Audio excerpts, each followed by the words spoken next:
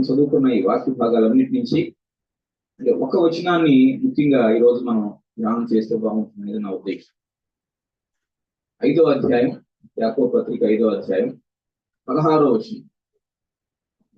యాకోబు రాసిన పత్రిక 5వ అధ్యాయం 16వ వచనం ఓపెన్ చేశారా? అందరం కలిసి ఒకసారి చదువుదాం. యాకోబు రాసిన పత్రిక 5వ అధ్యాయం 16వ వచనం నాతో కలిసి అందరం ఒకేసారి చదువుదాం. మీ పాపములను ఒకరితో ఒకడు ఒప్పుకోండి, మీరు స్వస్థత పొందినట్లు ఒకరి కొరకు ఒకరు ప్రార్థన చేయండి. నీతిమంతుని విజ్ఞాపన మనఃపూర్వకమైనదై ఒక బలము గలదై ఉంటుంది.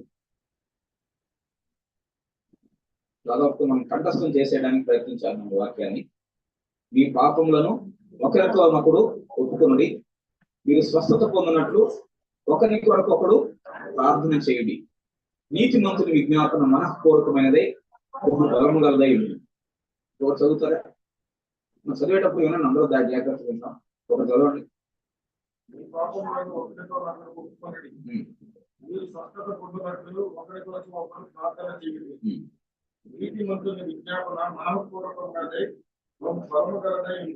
మూడు విషయాలు ఇంకొకటి చదువుతారా?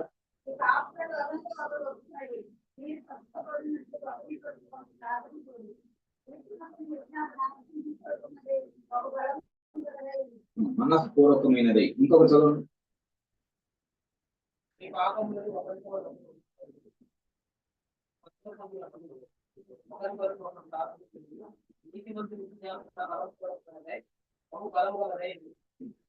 ఇంకేమైనా చదువుతారా?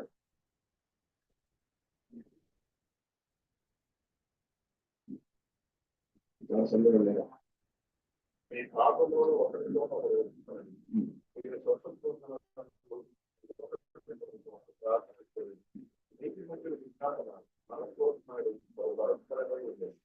ఇంకేమన్నారా? చదివండి.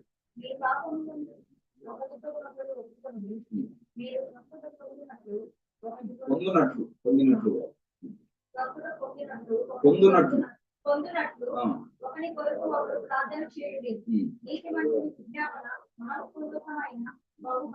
మనఃపూర్వకమైనదై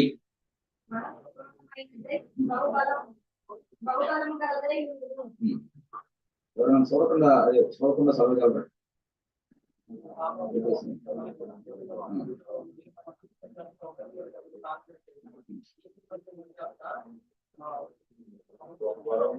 మనఃపూర్వకమైనదై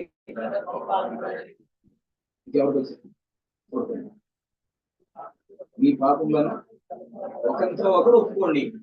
తేలికే కదా. మీరు స్వస్థత పొందినట్లు ఒకరితో ఒకరు ప్రార్థన చేయండి. నీతిమంతుని విజ్ఞాపన మనఃపూర్వకమైనదై ఉంటుంది. చేయాల్సిన పనులు 2 ఉన్నాయి. దానికి కారణం మూడోది. 2 పనులు ఏంటవి? మొట్టమొదటిది, ఈ పాపములను ఒకరితో ఒకడు ఒప్పుకోండి. రెండోది, మీరు స్వస్థత పొందినట్లు ఒకరికి ఒకడు ప్రార్థన చేయాలి. 2 పనులు చేయాలి. ఒక పని ఏంటండి? ఏం ఒప్పుకోవాలి? పాపాలు. ఎవరితో ఒప్పుకోవాలి? ఒకరితో ఒకడు. తర్వాత రెండోది ఏం చేయాలి?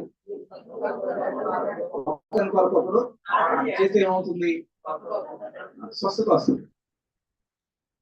అంటే కొన్నిసార్లు మనం అంటే చాలా కష్టమైన విషయాలుగా ఆలోచిస్తాం. కొన్ని సంగతులు బైబిల్ని నమ్మితే, బైబిల్లో ఉన్నట్టుగా మనం విశ్వసిస్తే, దేవుడు మన కోసం రాయించాడు అనే విషయం మనకు జ్ఞాపకం ఉంటే చాలా విషయాలు ఊరికే క్లియర్ అయిపోతాయి అన్నమాట. అంతే.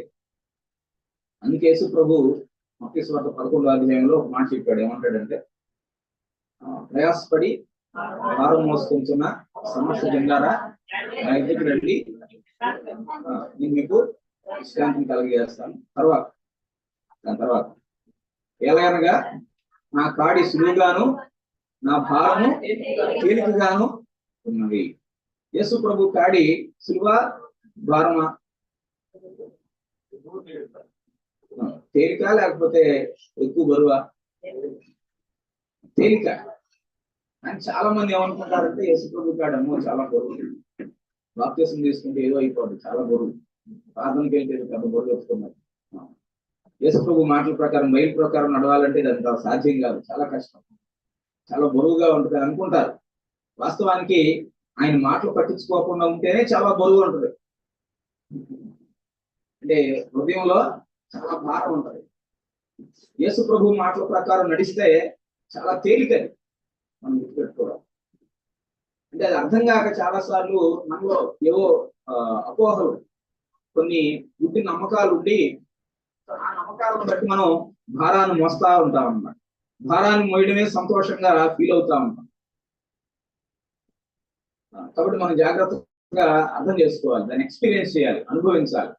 అది అనుభవించిన వాళ్ళకి తెలుస్తుంది అనమాట దానిలో ఉన్న ఆ తేలికదనం ఏంటో. దాన్ని అనుభవించిన వాళ్ళకి అర్థం అవుతుంది, అందరికీ తెలియదు ఆ మాధుర్యాన్ని. సో దాన్ని చూసిన వాళ్ళు దాన్ని అర్థం చేసుకుంటారు. అందుకే మీరు బయట కూడా చూడండి, కొన్ని కొన్ని వ్యాపారాలు అందరికి అర్థం కావు, వాటిని అర్థం చేసుకున్న వాళ్ళు వాటిని చేస్తారు. మన వాళ్ళు ఏమి ఇక్కడ ఏ పని అర్థం కాకుండా తిరుగుతూ ఉంటారు. ఎక్కడెక్కడో దూర ప్రాంతాల నుంచి వచ్చి పానీపూరి బండి పెట్టి వాళ్ళు లక్షలు లక్షలు సంపాదిస్తున్నారు. ఏదో చిన్న చిన్నవి అంటే వాళ్ళకి ప్రజల నాడే అర్థమైంది అనమాట, తెలిసింది. అట్లా చిన్న వ్యాపారం దగ్గర నుంచి పెద్ద పెద్ద వ్యాపారాల వరకు.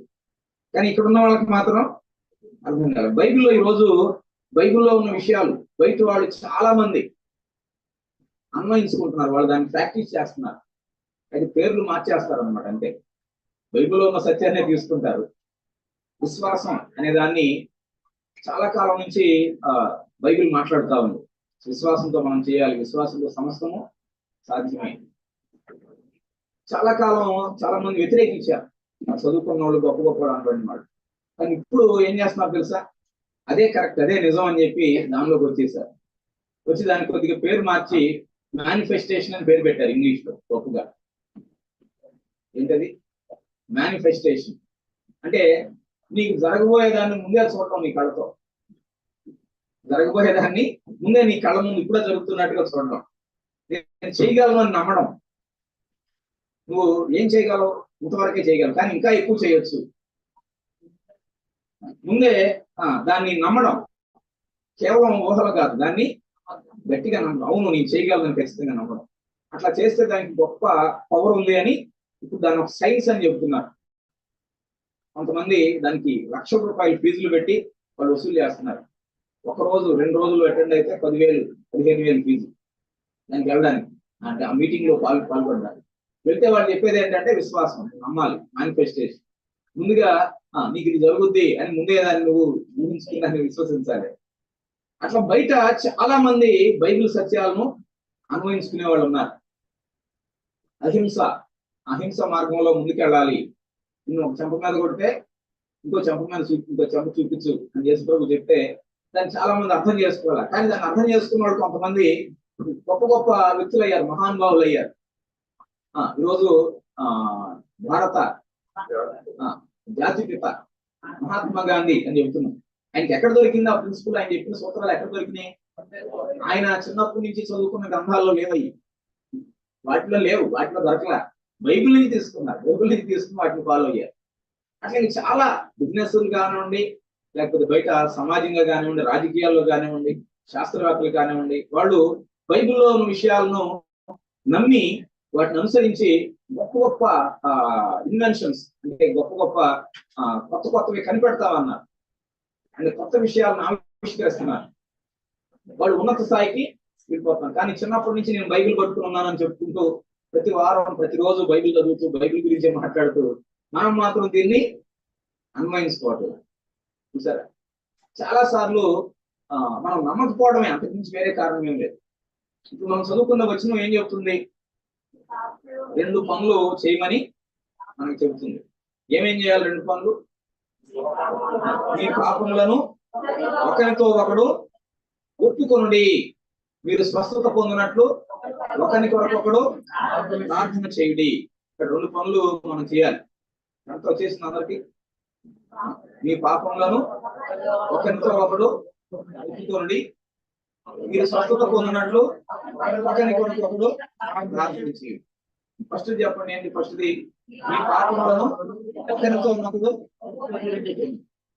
వచ్చేసిన మీ పాపములు ఒకరితో ఒకడు ఒప్పుకోండి. ఇది అంటే వినడానికి కొంచెం కఠోరంగా, ఇబ్బందికరంగా. దీన్ని ఎట్లా చేయమంటారు? అది చేయకూడదు కదా అంటే అన్నట్లుగా మనకు అనిపిస్తా ఉంటుంది. అయితే ఒకరితో ఒకడు అంటే నీకు ఊర్లో కనబడిన ప్రతి ఒక్కరికి వెళ్ళి చెప్పమని కాదు, దాన్ని కూడా మనం జాగ్రత్త అర్థం చేసుకోవాలి. మనకి ఎప్పుడు ఎవరు కనపడితే వాళ్ళకి వెళ్ళి ఇది నేను ఇలా చేశాను అని చెప్పి వాటన్నిటిని చెప్పి వాళ్ళ దగ్గర కాదు ఒప్పుకోవాల్సింది. సో దానికి కొన్ని జాగ్రత్తగా మనం ఆలోచించేయాలండి. బైబిల్ ఏం చెబుతుందో, ఏమి ఉద్దేశించింది అన్న విషయాన్ని మనం అర్థం చేసుకునే ప్రయత్నాన్ని చేయాలి. ఈరోజు కుటుంబాలు లేకపోతే మనుషుల్ని మనం చూస్తే ఎట్లా ఉన్నారు? ఒక ఆయన ఏమంటాడంటే ప్రెషర్ కుక్కర్ లో బాగా వేడైన తర్వాత విజిల్ వచ్చే ముందు ఎట్లా ఉంటుంది లోపల? ప్రెషర్ కుక్కర్ లోపల విజిల్ రావడానికి రెడీగా ఉంది అన్నప్పుడు చాలా ఒత్తిడి ఉంటుంది.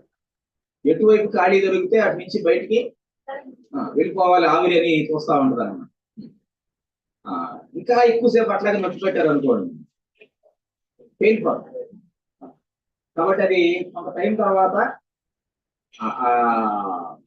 ఆవిరి బయటకు వచ్చేయడానికి దానికి ఏదో ఒక హోల్ ఉండాలి. ఒకవేళ హోల్ లేకుండా చేశారనుకోండి ఏమవుతుంది? పేలిపోవడం.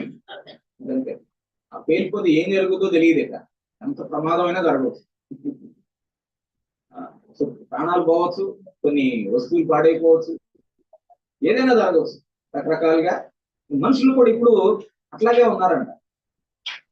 లోపలంతా ఒత్తిడి, ప్రెషర్ కుక్కర్ లో ప్రెషర్ ఉన్నట్టుగా రకరకాల ఒత్తిడితో నిండిపోయి ఉన్నాం. ఆ ఒత్తిడి బయటికి వెళ్ళే మార్గం లేదు. ఎక్కడ అవకాశం దొరికితే అక్కడ దాన్ని వెళ్ళగట్టడం. అంత ఒత్తిడితో బయటికి వెళ్తా ఉంటారు. ఈలోపు ఆటో వాడు ఏదైనా అన్నాడు అనుకోండి, ఇక్కడే ఉన్నారు మా ఆటో గారు, వాళ్ళ మీద కోపడతారు. ఆయనకి అర్థం కాదు, ఏముంది నేను కూర్చోమన్నాను అంతేగా, దీనికంత కోపం ఎందుకు అంటాడు. నువ్వు ఎక్కాలండి, ఎక్కువ లేకపోతే మానే, నువ్వు అసలు ఇక పోటాట పెరిగిపోతుంది. ఎందుకు పెరిగింది అంటే అక్కడ జరిగింది చిన్న విషయమే కదా అంటే చిన్న చిన్న విషయాలకు పోట్లాడతారని మనం అనుకుంటాం. నిజానికి ఎవరో చిన్న చిన్న విషయాల కోసం పోట్లాడరండి, గుర్తుపెట్టుకో. అసలు అతను పోట్లాడింది ఇక్కడ విషయం కోసం కాదు. అర్థమైందా? ఇప్పుడు ప్రెషర్ కుక్కర్ లో ప్రెషర్ ఎక్కువైపోయి పేలిపోయి ఆ దగ్గరలో ఎవరు కూర్చుంటే వాళ్ళకి హాని చేస్తారు, వాళ్ళకి ప్రమాదం ఉంది. ఆ పక్కన ఉన్న వాళ్ళ మీద కోపం దానికి కాదు.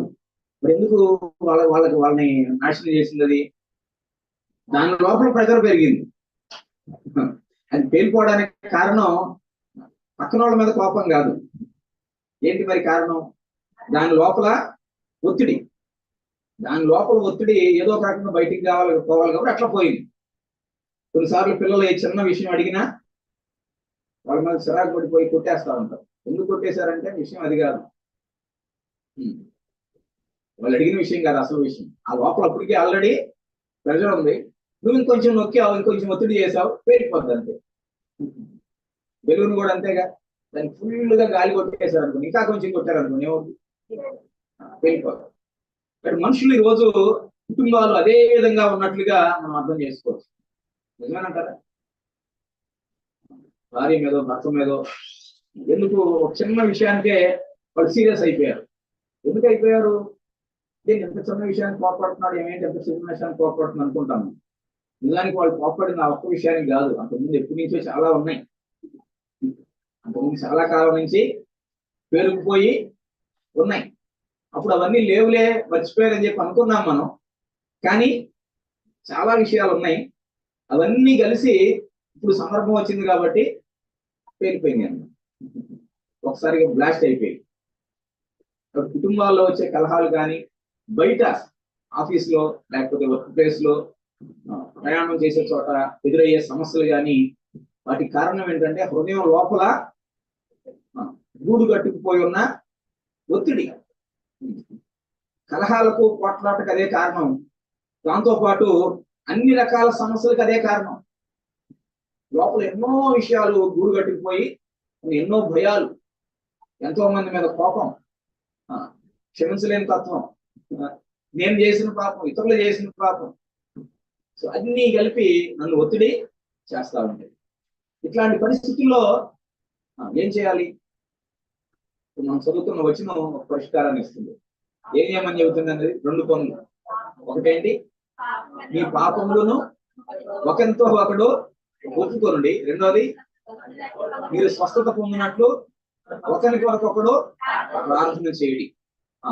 ఆదికాండం 37వ అధ్యాయం మనం చూస్తే, ఆదికాండంలో అక్కడ యాకోబు కుటుంబం ఉంటది. యాకోబుకి ఎంతమంది పిల్లలు తెలుసా అండి? 13 మందిలో 12 మంది మగపిల్లలు, ఒక ఆడపిల్ల. ఈ 12 మంది మగపిల్లలు అంటే ఒక డజన్ మంది అన్నమాట. ఇంత ముందు రోజులు అట్లాగే ఉండేవాళ్ళుగా. సో డజను 14, 16, 18 మంది పిల్లలు ఉన్న వాళ్ళు కూడా ఉన్నారు కొంతమంది. అట్లాంటి వాళ్ళు గొప్ప దైవ సేవకులు కూడా ఉన్నారు.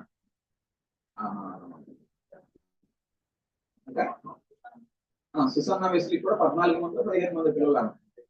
18 మంది అంట.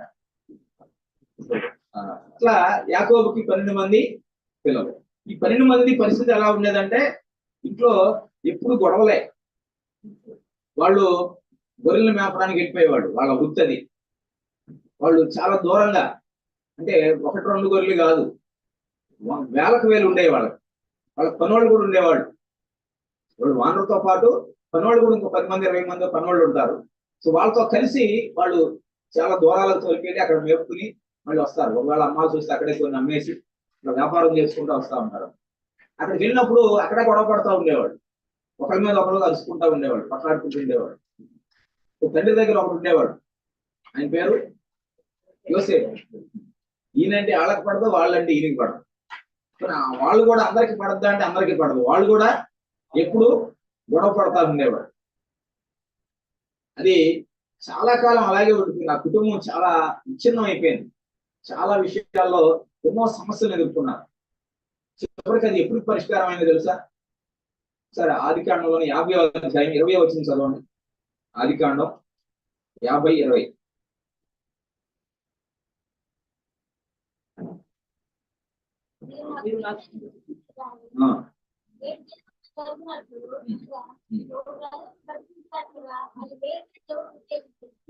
దాని పైన చదవండి, దాని పైన వచ్చిన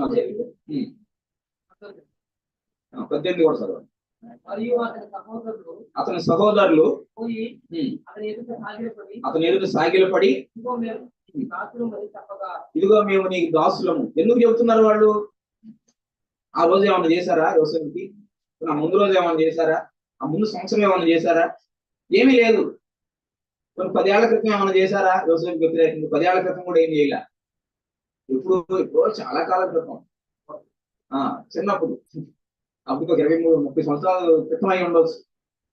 20-30 సంవత్సరాల క్రితం వాళ్ళు చేసిన తప్పు ఈరోజు భయపడిపోయి నీ దాసులు అంటున్నారు.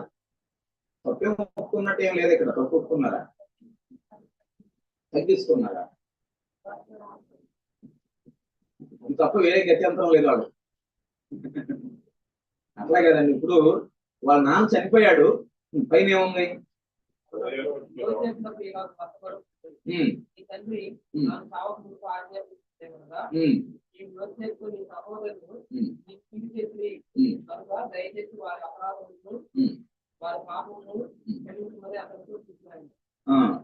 కాబట్టి మన నాన్న చెప్పాడు కదా, మీ సహోదరులు ఏదో తప్పు చేశారు లేదా క్షమించని అన్నాడు.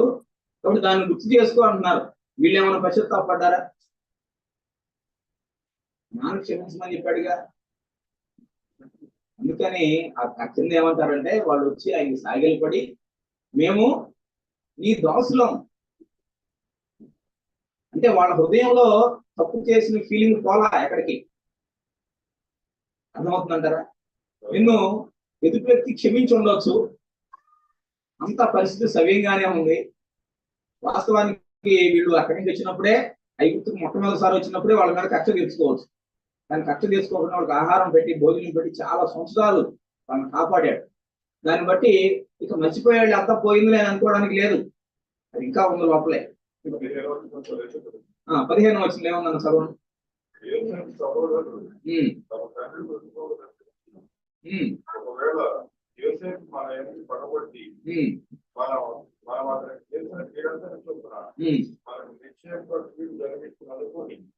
కాబట్టి ఖచ్చితంగా మనకి కీడు చేస్తాడు అనే నమ్మకం వాళ్ళకు ఉండిపోయింది. ఎందుకని ఉండిపోయింది అంటే వాళ్ళు చేసిన కీడుకి వాళ్ళు నిజంగా పశ్చాత్తాపడి ఆయన క్షమాపణ అడిగి ఆయన నేను క్షమించానులే అని చెప్పిన సందర్భం అంత ముందు ఎప్పుడూ లేదు. మళ్ళీ చెప్తాను జాగ్రత్తగా. వాళ్ళు చేసిన తప్పుకి వాళ్ళు పశ్చాత్తాపడి అయ్యా తప్పు అయిపోయింది మమ్మల్ని క్షమించండి అని వాళ్ళు హృదయపూర్వకంగా యోసేపుని అడిగితే యోసేపు నేను క్షమించాను మిమ్మల్ని, ఇక ఆ విషయం మర్చిపోతాను అని అంతకుముందు ఎప్పుడు అట్లాంటిది జరగల. ఎప్పుడన్నా భోజనం చేసేటప్పుడు ఇతను గొడవగా ఉంటాడు. ఇప్పుడు వాళ్ళందరినీ వాళ్ళు భయపడతారు, ఈయన మీరు భయపడొద్దు అంటాడు. అంతేగాని వాళ్ళు తప్పు అయిపోయిందనే ఒప్పుకోలే. అంటే విషయాలు కంటిన్యూ అవుతున్నాయి, అంటే చూసి చూడనట్టు వెళ్ళిపోతున్నాయి. అంటే ఆ చేసిన తప్పుని ఇతను ఏమి ఎత్తి చూపించట్లే. అంటే అర్థమవుతున్న విషయం, ఇతను ఏమి ఎత్తి చూపించట్లేదు. సో దాన్ని బట్టి వాళ్ళని ఏమి దూషించలేదు, వాళ్ళు చేసిన తప్పుకు ప్రతిదోషం చేయలేదు. పైగా మీకు మేలు చేస్తానని చెప్తున్నాడు, మేలు చేశాడు, వాళ్ళని క్షమించాడు, అన్నీ జరిగినాయి. కానీ వీళ్ళు ఒప్పుకోలేదు కాబట్టి వీళ్ళలో ఉన్న అపరాధ భావన పోలేదు. అర్థమవుతుందని వీళ్ళల్లో ఉన్న భయం పోలేదు. ఆయన యోసేపు అప్పుడు ఇక మీ అపరాధాన్ని నేను క్షమించాననే మాట అన్నాడు. పోనీ అంటే దాన్ని బట్టి వాళ్ళకి ప్రతిఫలం ఇవ్వలేదు, దాన్ని బట్టి వాళ్ళని శిక్షించలేదు. జాగ్రత్తగా గమనించండి. ఇక్కడ ఇప్పుడు గడగడలాడిపోతున్నారు అనమాట. ఎందుకనంటే ఖచ్చితంగా ఏదో చేస్తారు. యోసేపు క్లియర్ గా చెబుతున్నాడు. ఏం చెప్పాడు? మీరు కీడు చేయాలని ఉద్దేశించారు కానీ అది నేటి దినమున జరుగుతున్నట్టు మేలుకే దాన్ని చేశాడు. కాబట్టి మీరేం కంగారు పడదు, మేము పోషిస్తాము. వాళ్ళు కూడా సరెండర్ అయిపోయారు. అంటే ఇక మేము నీకు దాసులం, ఇంకా మేము చేయగలిగేది ఏమీ లేదు, ఇక మేము మా పాపానికి ప్రాయశ్చిత్తంగా నీకు దాసత్వం చేయడమే, నీకు సేవలు చేసుకోవడమే మా పని అన్నట్టుగా అంతగా వాళ్ళు సరెండర్ అయిపోవడం మనం చూస్తాం. ఇక్కడ దీని తర్వాత నుంచి వీళ్ళ మధ్యలో ఈ సమస్యను మర్చిపోయారు. ఒకటి గుర్తుపెట్టుకోవాలి, సమస్య గురించి జరిగిన తప్పు గురించి ప్రస్తావించినంత మాత్రాన అది క్లియర్ అయిపోతుందని గ్యారంటీ లేదు. దాన్ని ఒప్పుకోవాలి. అందుకే ఇంతకుముందు కూడా మనం కొన్నిసార్లు మాట్లాడుకున్నాం, పెళ్లి చూపుల్లో జరిగిన విషయాలు కూడా మళ్ళీ మధ్యలో ఎందుకు వస్తుంది చెప్పండి? 30 ఏళ్ల క్రితం, 40 ఏళ్ల క్రితం, 50 సంవత్సరాల క్రితం కూడా, అండ్ ఇంకా పెద్దోళ్ళు 70 ఏళ్ల వయసు, 75 ఏళ్ళు, 80 ఏళ్ల వయసు ఉన్న వాళ్ళు కూడా ఆ రోజు పెళ్లి చూపులు ఎట్లా జరిగింది అని చెప్పి దాన్ని మళ్ళీ ఎత్తి చూపిస్తా ఉంటారు. ఎందుకని తెలుసా? ఆ తప్పుని ఒప్పుకోవడం కానీ దాన్ని క్షమించడం కానీ జరగలేదు. దాని గురించి డిస్కషన్స్ జరిగి ఉంటాయి, ఆర్గ్యుమెంట్స్ జరిగి ఉంటాయి. అట్లా చేశారని మీరు ఇట్లా చేయలేదా, అది ఇది అని చెప్పి మొత్తానికి ఎవరో తగ్గి అట్లా చల్లబడిపోయింది. అది పెద్ద వాళ్ళ కుటుంబ జీవితానికి ఇబ్బంది ఏమి అవ్వలేదు, కానీ అది డిపాజిట్ లోనే ఉంది, ఎక్కడికి పోలా. కొన్ని చోట్ల మనం బ్యాంక్ లో డబ్బులు దాచేసి పాస్బుక్ కూడా మర్చిపోయి వదిలేస్తాం. ఎక్కడుందో తెలియదు, మన వాళ్ళం పట్టించుకోం, కానీ మన పేరునే అక్కడ ఉంటాయి. ఆపరేటివ్ నుంచి ఇన్ఆపరేటివ్ లోకి వెళ్ళిపోతుంది, కానీ అక్కడే ఉంటుంది, ఎక్కడికి వెళ్దాం. అర్థమవుతుందండి? జాగ్రత్తగా దాచిపెట్టిన విత్తనాలు కూడా అక్కడే ఉంటాయి, ఎక్కడికి వెళ్ళవు. అయితే ఏం చేయాలి? వాటిని ఒకరితో ఒకడు ఒప్పుకోవాలి, ఒకరి కొరకొకడు ప్రార్థన చేయాలి. అప్పుడే అవి సెటరైట్ అవుతాయి.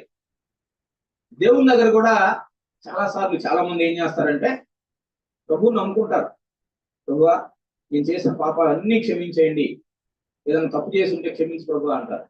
నువ్వు ఏదో గొప్పవాడు అయినట్టు, పిల్లలు ఏం తప్పులు లేవు, చాలా పర్ఫెక్ట్ గా అయినట్టుగా ఏదైనా తప్పు చేశాను అనుకుంటే క్షమించు. కానీ ఆ తర్వాత కూడా మనసులో నెమ్మది ఉండదు. మీరు చూడండి, కావాలండి, ఎంతో మంది దేవుణ్ణి నమ్ముకున్నాం అని చెప్పుకునే వాళ్ళలో హృదయం లోపల సమాధానం, ప్రభువు నమ్ముకుంటే ఎంతో సంతోషం అని చెప్తారు పాటలు పాడి, కానీ నిజంగా లోపల ఉందా? లేదు. ఎందుకని లేదంటే వీళ్ళు ఒప్పుకోవాలా, కొన్ని విషయాలు దాచిపెట్టేశారు. దేవుని దగ్గర దాచిపెట్టేశారు, మనుషుల దగ్గర దాచిపెట్టేశారు.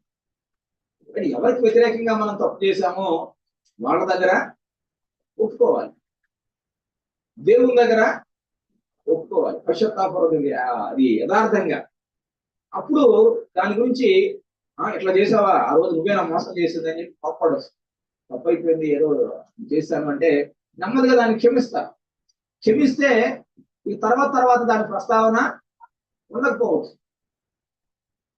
కానీ అలా క్షమించబడకుండా ఉంటే మాత్రం ఎంతకాలమైనా కానీ అవి కంటిన్యూ అవుతూనే ఉంటాయి, కొనసాగుతూనే ఉంటాయి. అందుకని ఒక మంచి సూత్రాన్ని ఇక్కడ యాకోబు చెప్తున్నాడు. మీ పాపములు ఒకరితో ఒకడు ఒప్పుకొనుడి, మీరు స్వస్థత పొందినట్లు ఒకరికి ఒకడు ప్రార్థన చేయడి. అప్పుడు మానసిక స్వస్థత, శారీరక స్వస్థత, సామాజిక స్వస్థత, అన్ని రకాల స్వస్థతలు కూడా వస్తాయి. కావాలంటే చెక్ చేయండి, పరిశీలించండి. లోపల ఎంతో మంది మీద ఆయాసం ఉంది, ఎంతమంది మీద కోపాలు ఉన్నాయి. సరదాగా కూర్చొని నలుగురు మాట్లాడుకుంటున్నప్పుడు అర్థమవుతుంది ఎంతమంది మీద లోపల ఆయాసం ఉందా, ఎంతమంది మీద ఇన్ని విషయాలు వీళ్ళ కోపం ఉన్నాయా గుర్తు వస్తా ఉన్నాయి. చూసారా, ఎప్పుడన్నా గమనించారా? ఆయా సమయాల్లో కొంతమంది సడన్ గా ఒక వ్యక్తి గురించి ప్రస్తావన రాగానే ఆయన గురించి చక్క 10 రకాలు మనకు గుర్తు వస్తాయి. అతను ఎలా చేశాడు, ఆమె ఎలా చేసింది, అప్పుడు అలా చేశాడు అని వరుసగా మొత్తం చదువుతాం. అంటే ఏంటి, లోపల ఇంకా పోలేదన్నమాట, ఇంకా ఉండిపోయినాయి అన్నమాట. అలా ఉంటే అవన్నీ స్టోర్ అయి ఉండి ప్రెషర్ కుక్కర్ లాగా మనల్ని ఒత్తిడి చేసి ఏదో ఒక రోజు పేలిపోవడానికి కారణం అవుతుంది తప్ప వేరే ఏం లేదు. చాలా మంది రకరకాల దురలవాట్లోకి వెళ్ళడానికి అదే కారణం. కొంతమంది 24 గంటలు మొబైల్ చూస్తూ ఉంటారు. ఎందుకో తెలుసా? ఒక రకమైన కారణం ఇది కూడా. వీళ్ళు ఖాళీగా ఉంటే ఏదో ఒక విషయాలు గుర్తొస్తా ఉంటాయి. వీళ్ళని ఎవరో బాధించిన విషయం కానీ, వీళ్ళకి ఒకరిని బాధించిన విషయం కానీ, ఇంకా కక్ష, ప్రతీకారం అవన్నీ లోపల తగులుతూ ఉంటాయి. కాబట్టి ఖాళీగా ఉండలేదు, ఏదో ఒకటి వింటా ఉండాలి, చూస్తూ ఉండాలి. అంటే అన్ని మర్చిపోవడానికి అన్నట్టుగా. నిజానికి మర్చిపోవడం సాధ్యం కాదు. తాగి కాసేపు మర్చిపోయినట్టు అనమాట, అంతే. అంటే తాగుడు బదులు రకరకాల అలవాట్లు అన్నమాట. అది తినడం కూడా కావచ్చు, తినడం తాగడం కూడా కావచ్చు, ఇట్లాంటి మ్యూజిక్ లాంటివి కావచ్చు, ఏదైనా చూడటం కావచ్చు, ఎంటర్టైన్మెంట్ కావచ్చు, గేమ్స్ కావచ్చు, ఫ్రెండ్స్ తో షికారు చేయడం కావచ్చు, అర్ధరాత్రి దాకా బయట తిరగడం కావచ్చు, చెడ్డ వాళ్ళతో స్నేహం చేయడం కావచ్చు.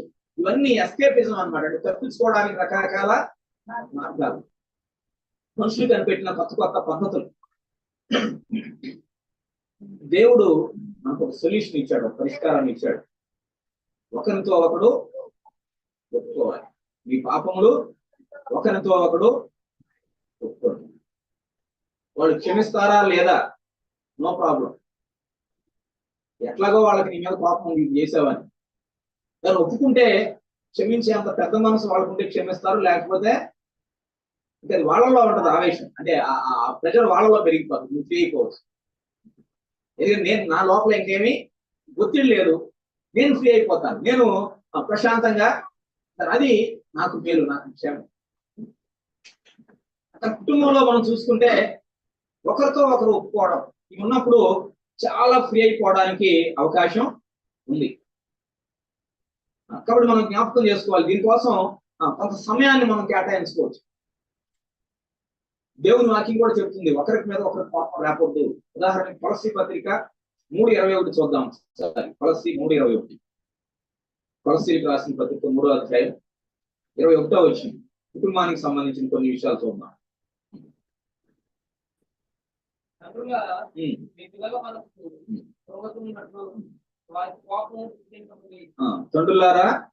మీ పిల్లల మనస్సు కృంగకుండునట్లు వారికి కోపం పుట్టింపకుడి. ఇది బ్రతిమలాడి చెప్తున్నాడా, కుదిరితే చేయండి అంటున్నాడా, లేదా ఆజ్ఞలాగా చెప్తున్నాడా?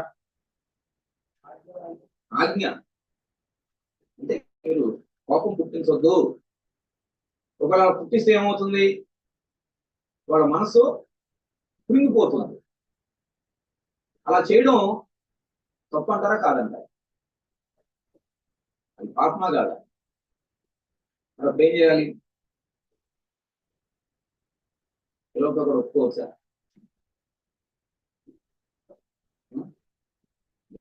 ఒప్పుకోవచ్చా? అంటే వాళ్ళకి నేను ఏదో ఒత్తిడిలో చేశాను, లేకపోతే తప్పు అయిపోయింది అని తల్లిదండ్రులు పిల్లలతో చెప్పచ్చా? చెప్తే ఏమవుతుంది? వాళ్ళు కూడా ఈసారి ఎప్పుడైనా తప్పు చేసినప్పుడు వాళ్ళు కూడా నీకు అట్లాగే సారి చెబుతారు. వాళ్ళు కూడా దాన్ని నేర్చుకుంటారు. కానీ నేను ఎందుకు చెప్తాను, నేను పెద్దోడిని, నేనే సారి అట్లా చెప్తాను అని చెప్పి అట్లా ఉంటే వాళ్ళు కూడా అట్లాగే ఉంటారు. చిన్నప్పటి నుంచే పిల్లలకి పెద్దవాళ్ళకి కక్ష పెరిగిపోతుంది. చూసారు ఈ రోజుల్లో తల్లిదండ్రులు కాదు, పిల్లలు కాదు, ఎవరి మధ్యలోనూ ప్రేమాభిమానాలు ఏమి లేవు. అవకాశం లేక ఏ గత్యంతరం లేక కలిసి ఉన్నారు. కానీ నిజంగా విడిపోవడానికి అవకాశం వస్తే ఎన్ని కుటుంబాలు కలిసి ఉంటాయి? మీకు ఒక మంచి ఆఫర్ ఇచ్చిన దేవుడు ప్రత్యక్షం అయ్యి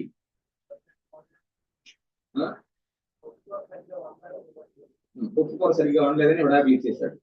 అదే అది ఒకటే అయ్యి ఉండదు, అంతకుముందు చాలా ఉండి ఉంటాయి. దాని దగ్గర విడాకులు ఇచ్చేసి ఉంటాడు. అంటే అది ఫైనల్ అన్నమాట.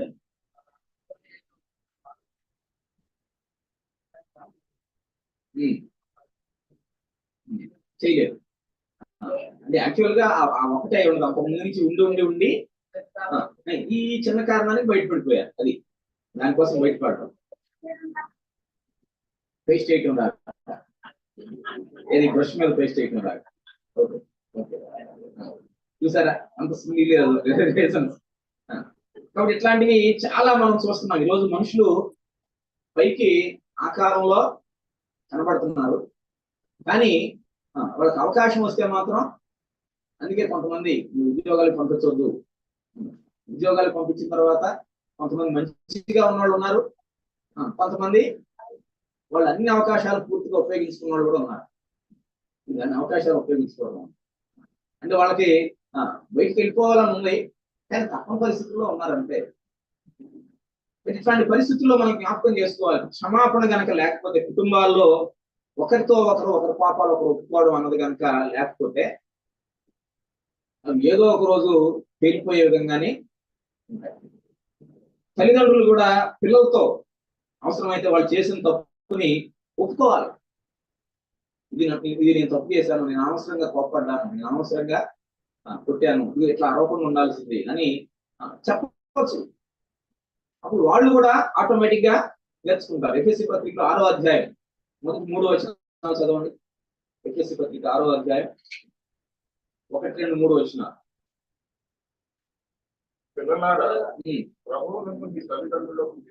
తల్లిదండ్రులకు విధేయులై ఉండుడి, ఇది ధర్మమే.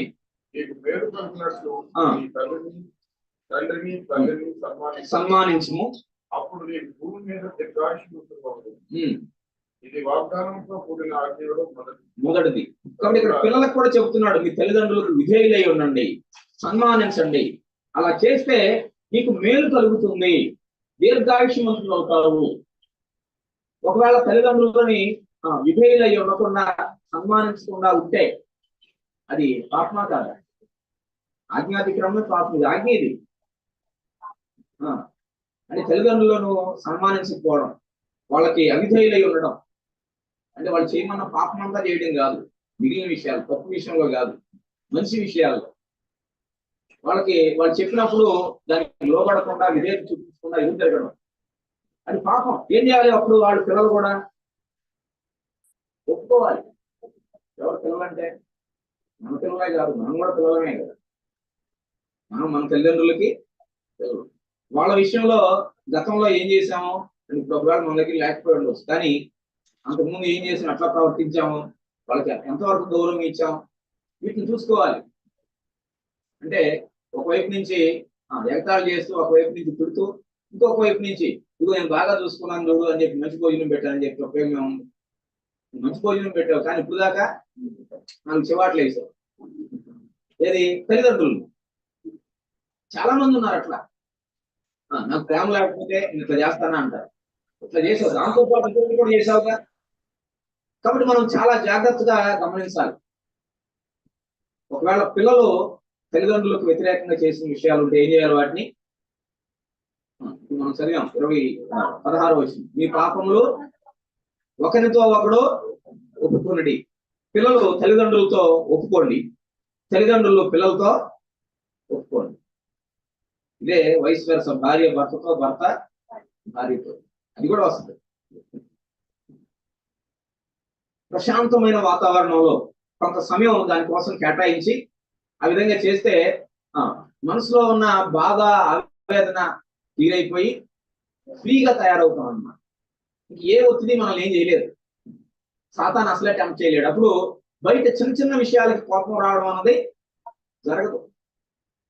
కొంతమందికి వీళ్ళకి కోపం ఎక్కువ అంటాం, అంటే ఏంటంటే దాని అర్థం లోపల ఎక్కువ ఉండిపోయినాయి అనమాట, అంతకు మించి ఏం లేదు కారణం. లోపల ఎక్కువ స్టోరేజీ ఫుల్ అయిపోయినాం. అంటే వాళ్ళు ఒప్పుకోవాల్సి చాలా ఉన్నాయి.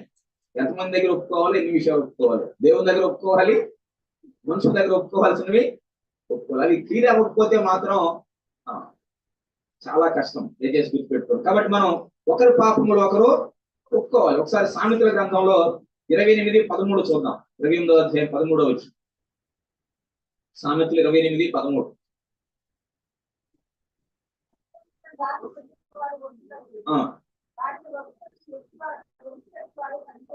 అతిక్రమములు దాచిపెట్టువాడు వర్ధిల్లడు, వాటిని ఒప్పుకొని విడిచిపెట్టువాడు కనికరం పొందును.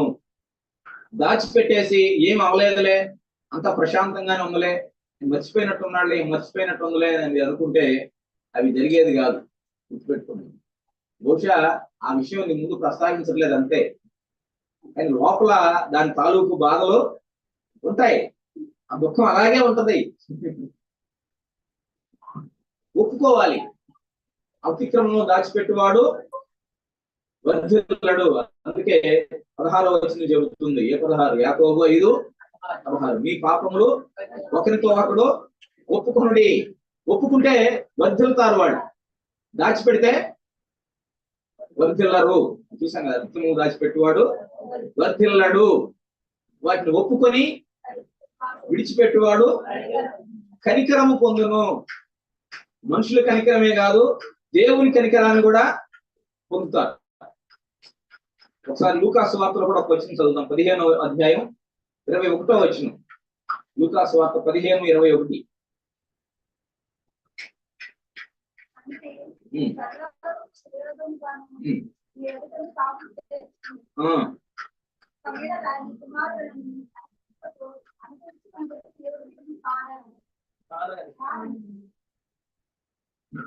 ఇద్దరు కుమారులు ఉన్నారండి. చిన్న కొడుకు తన ఆస్తిని ఇమ్మని తీసుకుని వెళ్ళిపోయాడు. తన ఆస్తిని ఖర్చు పెట్టాడు. దేనికి ఖర్చు పెట్టాడు? అతని ఆస్తినా? దేనిని?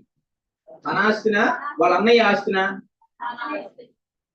తన ఆస్తినే కదా, వాళ్ళ అన్నయ్య ఏమి ఖర్చు పెట్టలేదు కదా, మరి ఇంక తప్పు చేసినట్టేంటి? దాన్ని ఒప్పుకోవాలి, అవసరమా? ఇప్పుడు నా ఆస్తి నేను ఖర్చు పెట్టుకున్నాను, నీ దగ్గర ఉద్యోగం ఇవ్వమని వస్తున్నాను. వాళ్ళ నాన్న దగ్గరికి వెళ్ళి, డాడీ నాకు ఒక ఉద్యోగం ఏమైనా ఉంటే ఇవ్వు అని అడగొచ్చు కదా. ఎందుకంటే వాళ్ళ అన్నయ్య ఆస్తిని ఏం తీసుకెళ్ళి దొంగతనం ఏం చేయలేదు, తన డబ్బులు తను ఖర్చు పెట్టుకున్నాడు తప్ప.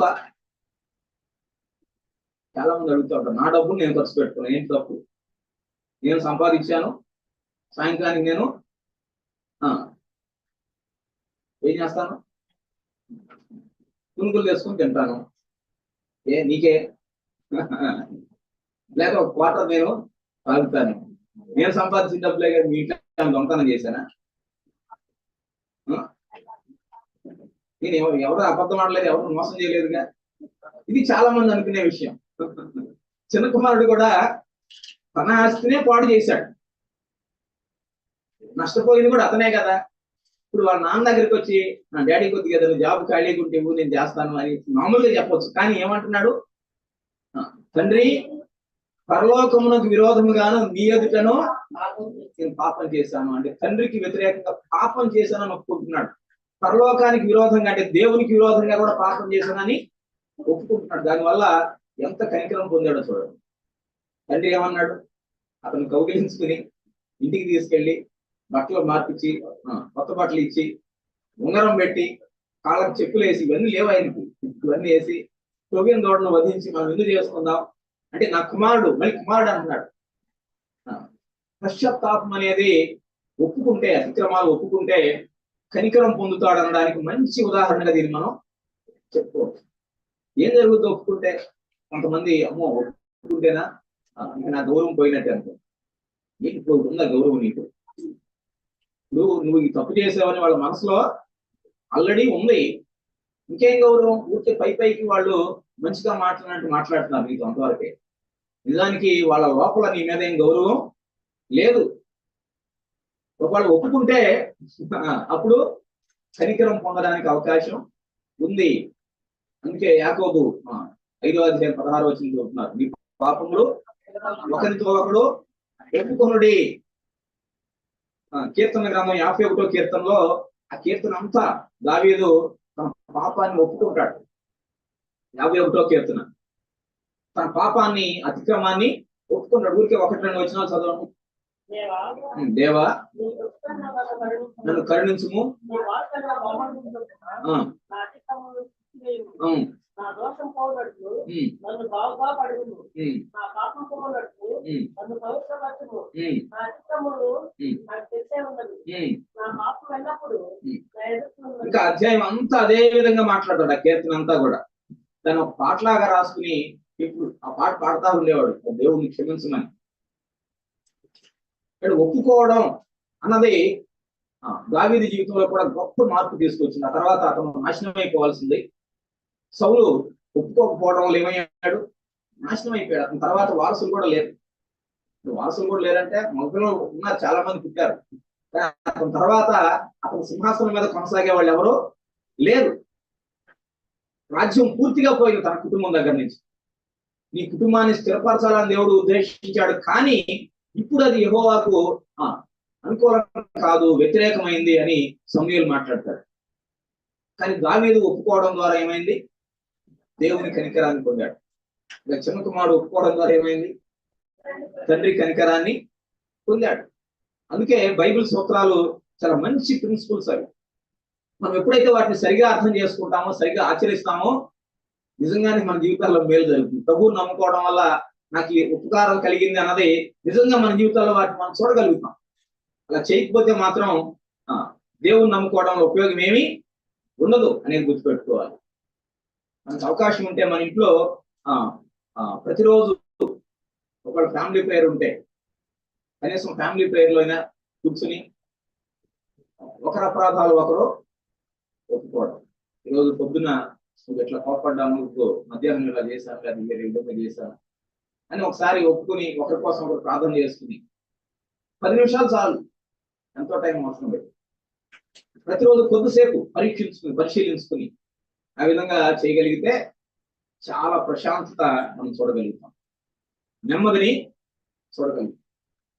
బైబిల్ సూత్రాలు, బైబిల్ ప్రిన్సిపల్స్ మన హృదయంలో మనం నెమ్మదిగా ఉండడం చాలా ఇంపార్టెంట్ అన్నమాట. ఒకవేళ మనకేమి చేసినట్టు, తప్పు చేసినట్టు ఏం గుర్తులేదు, ఒకవేళ అడగొచ్చు, ఈరోజు నేను ఏమన్నా బాధపడ్డానా ఈ విషయంలో అయినా, అప్పుడు అవతల వ్యక్తులు కూడా సిన్సియర్ గా చెప్పాలి. ఇదిగో ఇట్లా అన్నప్పుడు నేను బాధపడ్డానండి, అవతల వ్యక్తి తెలియకపోవచ్చు. అప్పుడు దానికి ఏదైనా రీజన్ చెప్పడమా, లేకపోతే అది తప్పు అయిపోయిందని చెప్పడమా, దాన్ని ఒప్పుకుని సరి చేసుకునే ప్రాక్టీస్ ఉండాలి. అంటే కొన్ని తెలియదు మనం తప్పు చేస్తున్నామని, దాన్ని చెప్పినప్పుడు తెలుసు. చెప్పకుండా కొంతమంది ఏం చేస్తారంటే లోపల పగ పెంచుకుంటా ఉంటారు, భార్య భర్తలు కావచ్చు, పిల్లలు కావచ్చు, పిల్లలు కూడా. అందుకే వీడు ముందే డిసైడ్ అయిపోతాడు చిన్నప్పుడే, నువ్వు ముసలిదాన్ని అవుతావుగా, అప్పుడు చెప్తాను ఈ సంగతి, నువ్వు ముసలాడు అవుతావుగా. ఇప్పుడు చోట్ల మీరు చిన్న పిల్లల్లో మాట్లాడట్లేదా? అంటే వాళ్ళు చిన్నప్పటి నుంచి వాళ్ళ మనసులో నాటుకుపోతున్నాయి. కాబట్టి మనం జ్ఞాపకం చేసుకోవాలి, వాటిని ఒప్పుకోకుండా అవి తీరవడం అన్నది సాధ్యం కాదు. దాన్ని వీలైనంత వరకు ప్రతిరోజు, లేదంటే వారానికి ఒక రోజు, ఒక గంట సేపు కూర్చుని, ఈ వారంలో ఒకవేళ ఏమైనా మిస్ అయిన ఏమైనా ఉన్నాయా ఒప్పుకోవాల్సిన, సరి చేసుకోవాల్సిన, చాలా ఇంపార్టెంట్ అవి. మన పళ్ళల్లో ఏదైనా విరిగిపోయింది అనుకోండి, ఏం చేస్తాం? పర్లేదులే, ఈ రోజు కూడా కొన్ని ఇరుక్కుంటాయిగా, రెండు కలిసి ఎల్లుండి చేద్దాం అనుకుంటారా? ఎప్పుడే క్లీన్ చేసేసుకోవాలి. అయినా కానీ కొన్ని పోవు. డాక్టర్ దగ్గరికి వెళ్ళినప్పుడు వాళ్ళు ఇదిగోండి ఇదంతా ఉంది పళ్ళల్లో అని చెప్పి వాళ్ళు మళ్ళీ క్లీన్ చేస్తారు. గార పట్టుకొని మన కనబడం ఏం చేద్దాం, అప్పుడు అక్కడికి వెళ్ళినప్పుడు అక్కడే క్లీన్ అవుతుంది. అట్లా కొన్నిసార్లు వారానికి ఒకసారో, నెలకు ఒకసారో, లేదా ఫాస్టింగ్ ప్రేయర్లోనో, ఏదో ఒక ప్రత్యేకమైన మీటింగ్ లోనో దేవుడు మళ్ళీ ప్రత్యేకంగా మన పాపాన్ని మనకి తెలియజేస్తాడు, అప్పుడు ఒప్పుకుంటాం. అయితే ప్రతిరోజు మనం ఒప్పుకోవడం, సరి చేసుకోవడం అన్నది మన జీవితంలో ప్రాక్టీస్ గా ఉండాలి. ప్రతిరోజు పడుతూ అనుకున్నట్టు అనమాట. పడుతూ అనుకున్నప్పుడు కూడా రాని తర్వాత సంగతి అది. స్పెషల్ మీటింగ్స్ లోనో ప్రత్యేక సందర్భాల్లోనో దేవుని యొక్క సమస్య తీసుకొచ్చి అప్పుడు చూపిస్తాడు, ఒక ఇబ్బంది కలిగించి అప్పుడు అవన్నీ గుర్తు వస్తాయి. కానీ ప్రతిరోజు మాత్రం మనం దాన్ని హ్యాబిట్ గా, మనం అలవాటుగా చేసుకుంటే చాలా నెమ్మది మన జీవితంలో ఉంటుంది. ప్రభు మాట వింటే ఎంత నెమ్మది దొరుకుద్దా అని ఆశ్చర్యపోతాం మనం. కొంతమంది అంటా ఉంటారు, నాకు చాలా తేలిగ్గా ఉందండి ఇప్పుడు నా ఒంట్లో, ఇంతకుముందు ఎప్పుడు లేదు, చాలా ఆయాసపడతా ఉండేదాన్ని. అది ఎప్పుడు తెలుస్తుంది అంటే తేలిక అయిన తర్వాత. అంతకుముందు తెలియదు నీకు, నాకు బాగానే ఉందిలే అంటాడు, కానీ అసలు తేలిక అయిన తర్వాత అప్పుడు తెలుస్తుంది అనమాట, చాలా ప్రశాంతంగా ఉంది లోపల. కాబట్టి మనం దీని ఒక అలవాటుగా మనం ఆలోచించాము. ఏంటది? ఎవరికి వ్యతిరేకంగా మనం తప్పు చేసామో వాళ్ళ దగ్గర ఒప్పుకోవడం, సిన్సియారిటీ అంతే. సిన్సియర్ గా దాన్ని ఒప్పుకోవడం. వాళ్ళ డ్యూటీలు అయినా సరే, ఇది మన ఇట్లా పొరపాటు చేశానని, తప్పు అయిపోయింది అని అంటే అది నీ విలువనేం తగ్గించదు, కనికరాన్ని కలగజేస్తుంది. ఈ వ్యక్తి సీరియస్, సిన్సియర్ గా ఉంటాడు అనేది అర్థమవుతుంది క్లియర్ గా. అది నిజంగా యథార్థంగా నీ లోపల నుంచి రావాలి. ఒకవేళ దానికి ఆ వ్యక్తి ఏదైనా కక్ష తీర్చుకున్నా ఇబ్బంది లేదు. దావీదు తను చేసిన తప్పును ఒప్పుకున్నాడు, దేవుడు చెప్పాడు నీకు పనిష్మెంట్ ఉందాయా అని. సంతోషంగా ఆ పనిష్మెంట్ ని అంగీకరించాడు. ఒకవేళ దానికి ఏదైనా పనిష్మెంట్ ఉంటే సో దాన్ని అంగీకరించి కొన్ని బేరం ఆడుకుని ఆ పనిష్మెంట్ అంగీకరించేస్తే అప్పుడు క్లియర్ అయిపోతుంది. అర్థమవుతుందంటారా? కాబట్టి మనం మీ పాపములు ఒకరితో ఒకడు ఒప్పుకోండి అన్నదాన్ని జాగ్రత్తగా మనం ఆలోచిస్తే అది మనకి గొప్ప ఆశీర్వాదంగా. అట్లాగే ఒకరికొకరు ప్రార్థన చేయాలి. ఒకరి బలహీనతల కోసం ఒకరు, ఒకరి అవసరాల కోసం ఒకరు ప్రార్థన చేయడం. బయట వాళ్ళ కోసం చేయాలి, కుటుంబంలో ఒకరి కోసం ఒకరు కూడా ప్రార్థన చేసుకోవాలి. యోబు గ్రంథం 1వ అధ్యాయం 5వ వచనం ఒకసారి చూడండి. యోబు 1:5.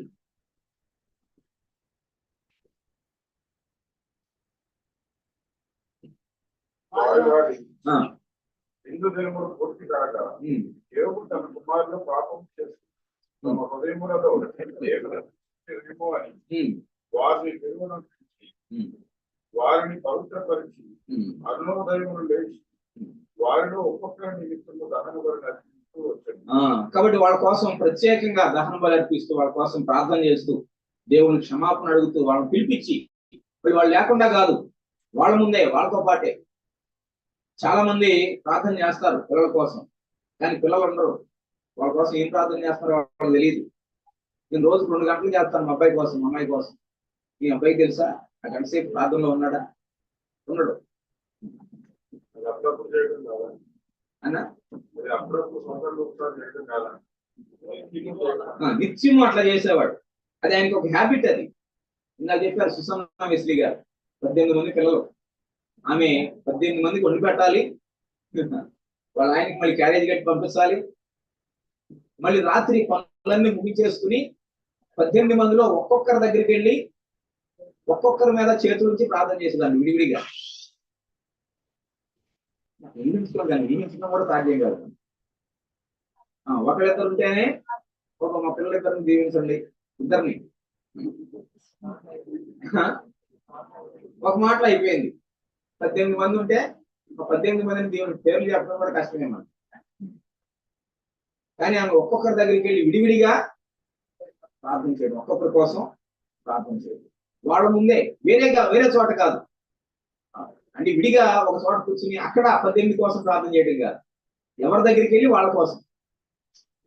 యోబు కూడా ఒక్కొక్కరిని పిలిపించి వాళ్ళ సముఖంలోనే దహన బలి అర్పించడం కానీ ప్రార్థన చేయడం కానీ మనం చూస్తాం.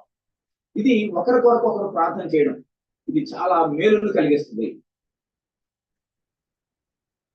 కాబట్టి మనం జ్ఞాపకం చేసుకోవాలి, మీ పాపములు ఒకరితో ఒకరు ఒప్పుకోండి. రెండోది, ఒకరి కొరకొకరు ప్రార్థన చేయాలి. 1 సమూయేలు 1వ అధ్యాయం 10-11 వచనాలు ఒకసారి చూడండి. 1 సమూయేలు 1వ అధ్యాయం 10-11 వచనాలు.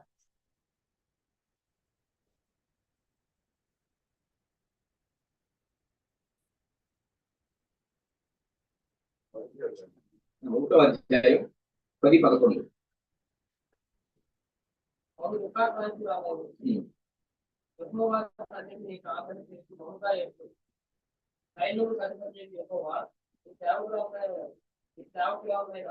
నాకు కలిగిన ఈ సేవకురాలైన నన్ను పర్వత జ్ఞాపకం చేసుకొని ఈ సేవకురాలైన నాకు మగపిల్లలు దయచేసి వల్ల దానికి ఆదేశించి పౌరుకు కలిసి ఎనర్జీకి రానియక. కాబట్టి తన సంతానం కోసం దేవుని సన్నిధిలో తన కుటుంబం కోసం ప్రార్థన చేసుకోవడం మనం చూస్తాం. హన్నా సమూయేలు పుట్టాడు. ఆ తర్వాత సమూయేలు తర్వాత ఇంకా కొంతమంది పుట్టినట్టు మనం చూస్తాం. ఒకసారి ఆదికాండం 18వ అధ్యాయం 19 కూడా చదవండి. 18-19 ఆదికాండం 18-19. ఎట్లనగా యెహోవా అబ్రహాముకు చేసిన కలుగు చేయనట్టు తన తరువాత తన పిల్లలను తన ఇంటి వారును నీతి న్యాయములు జరిగి యెహోవా మార్గం నడుపుకుంటాడు. అతడు వారికి ఆజ్ఞాపించినట్టు నేను అతను తెలియజేయనాలని. దాని తర్వాత ఇంకా కింద చూసుకుంటా వెళ్తే లోతు కుటుంబం కోసం కూడా ఆయన దేవుని బ్రతిమాడుతూ చేసిన ప్రార్థన కనపడదు. అంటే ఇక్కడ తన కుటుంబం, తన ఇంటి వాళ్ళందరూ దేవుని భయభక్తులు ఉండేటట్లుగా వాళ్ళకి ఆజ్ఞాపించి వాళ్ళ కోసం ప్రార్థన చేయడం, ఆ ప్రార్థన కింద కనబడతా ఉంటుంది. ఒక కుటుంబం నశించిపోతుంది, ఒక పట్టణం నశించిపోతుంది అంటే వాళ్ళ కోసం చాలాసేపు దేవుని సన్నిధిలో విజ్ఞాపన చేయడం. ఇట్లా దేవుని సన్నిధిలో ప్రార్థన చేసిన ఉదాహరణలు మనం చాలా చూస్తాం. వాళ్ళ కుటుంబాల కోసం, వాళ్ళ కుటుంబంలో ఉన్న వ్యక్తుల కోసం ప్రార్థన చేయకుండా నశించిపోయిన వాళ్ళని కూడా చూస్తాం.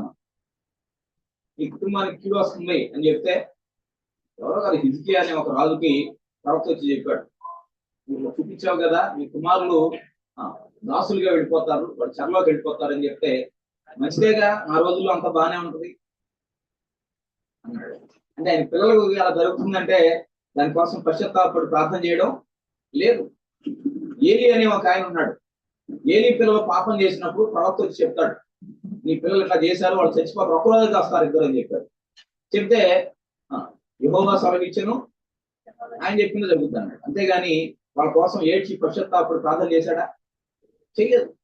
దేవుడు ఎందుకు చెప్తాడు తెలుసా? అట్లా మనం ప్రార్థన చేస్తామని చెప్తాడు.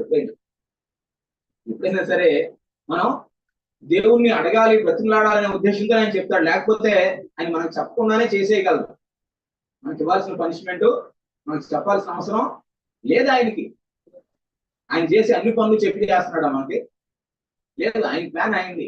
అయితే మన వైపు నుంచి స్పందన రావాల్సింది మనకు చెప్తాడు, తెలియజేస్తాడు.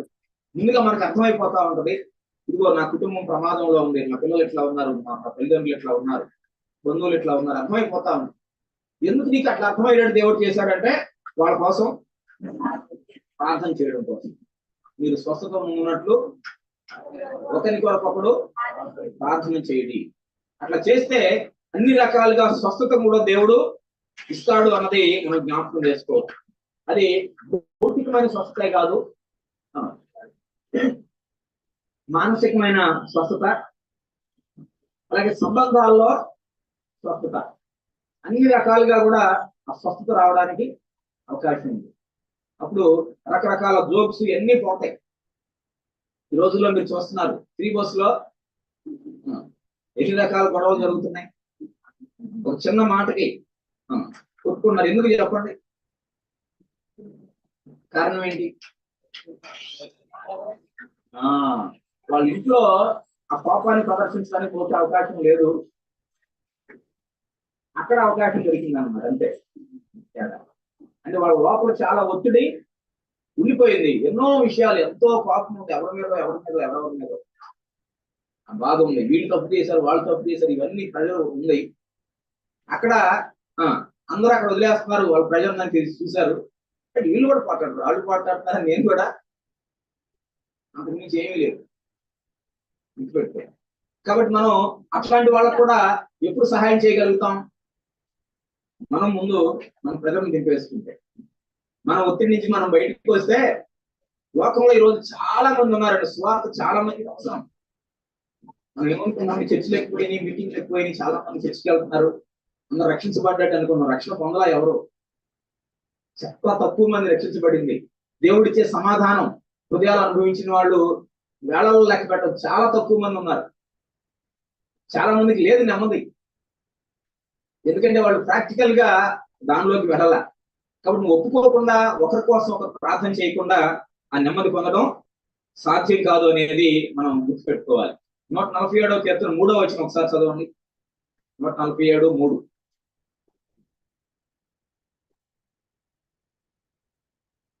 147:3. ఆయన బాగు చేయగలడు. గుండె చదవని వారిని ఆయన బాగు చేసేవాడు. ఎప్పుడు నువ్వు ఒప్పుకుంటే, ప్రార్థన చేస్తే. ఏమి చేయకుండా అలా ఉంటే బాగెవరు? లోకంలో చాలా మంది ఉన్నారు, మరి వాళ్ళందరూ ఎందుకు బాగవట్లేదు? వాళ్ళు 2 పనులు చేయట్లేదు అన్నమాట. గాయం అయింది, ఏం చేయాలి? ఆ పైన ఉన్న మురికి అదంతా క్లీన్ చేసేస్తారు. డాక్టర్ దగ్గరికి వెళ్తే ముందు మొత్తం క్లీన్ చేసేసి పంపించేస్తారా? ఏం చేస్తారు? క్లీన్ చేశారు, అప్పుడు ముందేస్తారు. ముందే వేయాలి, పట్టు కట్టాలి. కాబట్టి క్లీనింగ్ కావాలి, మెడిసిన్ కావాలి. పాపాలు ఒప్పుకోవడం క్లీనింగ్ అన్నమాట. ముందేంటి మరి? ప్రార్థన, ప్రేయర్. సో క్లీనింగ్ లేకుండా మెడిసిన్ వేస్తే ప్రయోజనం ఉండదు. కానీ క్లీనింగ్ చేసి వదిలేస్తే అది కూడా త్వరగా స్వస్థత రాదు, చాలా టైం పడద్దు, చాలా ఎక్కువ టైము తీసుకుంటుంది. కాబట్టి 2 చాలా అవసరం. అంటే ఊరికి అర్థం కావడానికి చెప్పిన ఉదాహరణ, ఎగ్జాక్ట్గా అదే అని కాదు, అంటే మనం దగ్గర అర్థం కావడానికి అన్నమాట. కాబట్టి మనం క్లీనింగ్ చేసుకుంటే దేవుడు ఏం చేస్తాడంటే, ఏం చేసి ఇప్పుడు చదివారు, ఏం చేశారు? గుండె చెదరని వారిని ఆయన బాగు చేస్తాడు. లేదండి నా మనసు గాయమైపోయింది, ఇంకెవరు దీన్ని కట్టలేరు అంటే, లేదు దేవుడు కడతాడు. నువ్వు 2 పనులు చేయాలి. ఏం చేయాలి? 2 పనులు. ఒకటి, మీ పాపములు ఒకరితో ఒకరు ఒప్పుకోవాలి, దేవుని దగ్గర ఒప్పుకోవాలి, ఒకరితో ఒకరు ఒప్పుకోవాలి. ఆ తర్వాత ఒకరి కొరకొకరు ప్రార్థన చేయాలి. అప్పుడు స్వస్థత కలుగుతుంది. మీరు స్వస్థత పొందినట్లు గుండెని కూడా బాగు చేస్తాడు ఆయన. భౌతికమైన గుండెను, హృదయాన్ని కూడా. నా గుండె పగిలిపోయింది అని అన్నాం అనుకోండి, ఏంటి అర్థం? ఈ గుండె గురించి కాదు మాట్లాడే, అంటే చాలా బాధ కలిగింది అని. కానీ దాన్ని బాగు చేస్తాడు, భౌతికమైన గుండెని కూడా బాగు చేస్తాడు. అయితే 2 పనులు మనం చేయాలి. శారమ్మ గారు ఏంటి ఆలోచిస్తున్నారు? ఏం చేయాలండి? 2, ఒకరితో ఒకరు ఒప్పుకోవాలి. 2వది ప్రార్థన. దేనికోసం? సగం మిస్ చేస్తున్నారు అక్కడ. ఒకరి కొరకొకడు ప్రార్థన చేయాలి. ప్రార్థన చేస్తున్నారు చాలా మంది, కానీ ఒకరి కొరకొకడు, దాన్ని మర్చిపోకూడదు. ఒకరి కొరకు ఒకరు. సో ఎవరి కోసం నువ్వు ప్రార్థన చేస్తున్నావో వాళ్ళతో కలిసి వాళ్ళ కోసం ప్రార్థన చేయడం. నీ భర్త కోసం, నీ భార్య కోసం ప్రార్థన చేస్తున్నావు, కానీ వాళ్ళతో కలిసి కూడా ప్రార్థన చేయాలి. ప్రాణాలను వదిలేయండి, వచ్చేవాళ్ళ సంగతి. అంటే కనీసం క్రైస్తవ కుటుంబాలు ఇద్దరు దేవుని నమ్ముకున్న వాళ్ళు ఉన్నారు. అట్లాంటి వాళ్ళు చేస్తే వాళ్ళు మీకు సహాయం చేయగలుగుతారు. మీకు కలిసే వాళ్ళతో ప్రార్థించాడు కదా, ఆయన కోసం ఆయనతో చేయండి. రాని వాళ్ళ సంగతి తర్వాత. ముందు వచ్చేవాళ్ళు, ఇష్టం ఉన్నవాళ్ళు, నీ కోసం ప్రార్థన చేస్తానని చెప్పి మీ భర్తని కూర్చోబెట్టి, అంటే మీ మాట వినేవాళ్ళు ఉన్నారు కదా, చాలా విషయాల్లో మీకు కావాల్సినట్టుగా వింటారు. కానీ మీకోసం ప్రార్థన చేస్తాను ఒక 5 నిమిషాలు అని చెప్పి వాళ్ళ కోసం ప్రార్థన చేస్తారు ఎప్పుడన్నా? అక్కడ మీరు స్వస్థత పొందుతున్నట్టు, స్వస్థత నాకు కావాలని ప్రార్థన చేస్తారు. స్వస్థత పొందినట్లు ఎవరు? మీరు. అలా చేస్తే ఇద్దరికి అన్ని రకాల స్వస్థతలు వస్తాయి, శారీరక స్వస్థత, మానసిక స్వస్థత. కాబట్టి దాన్ని మనం ప్రాక్టీస్ చేయాలి. ఒకరిని మీ పాపములు మర్చిపోయారు, మళ్ళీ పట్టొస్తుంది పోయింది. మీ పాపములు ఒకరితో ఒకడు ఒప్పుకోండి, మీరు స్వస్థత పొందినట్లు ఒకరి కొరకు ఒకడు ప్రార్థన చేయడి.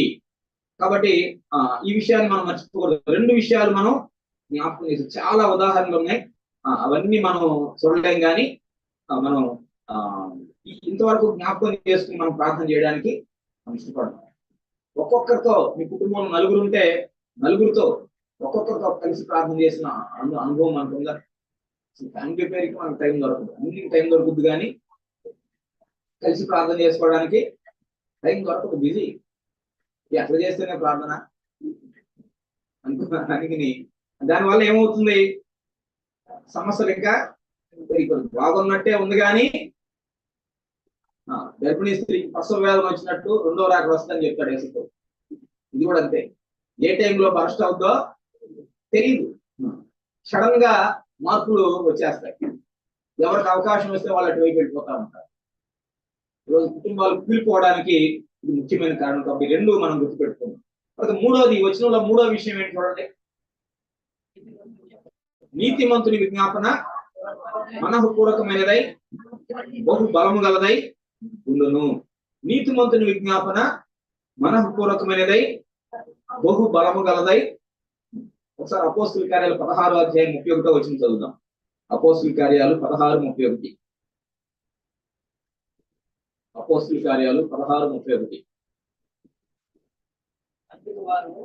ప్రభు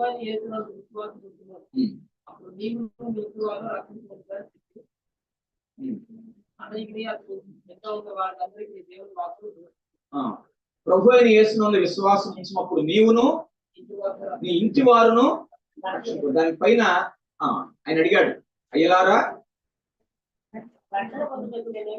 రక్షణ పొందుటకు ఏం చేయాలి అని అడిగాడు.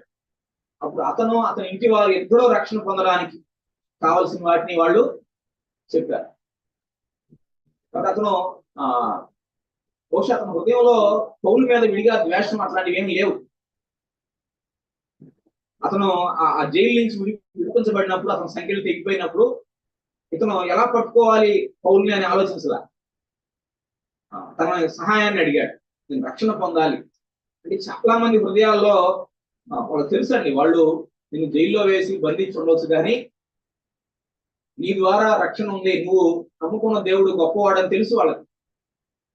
ఇప్పుడు ఈ చరసాల నాయకుడికి ముందే తెలుసు, కానీ పైకి గంభీరంగా తన డ్యూటీ తను చేయాలి కదా, అట్లా ఉన్నాడు. అక్కడ పౌలు శీలలో ప్రార్థన చేస్తూ పాటలు పాడుతూ ఉన్నారు.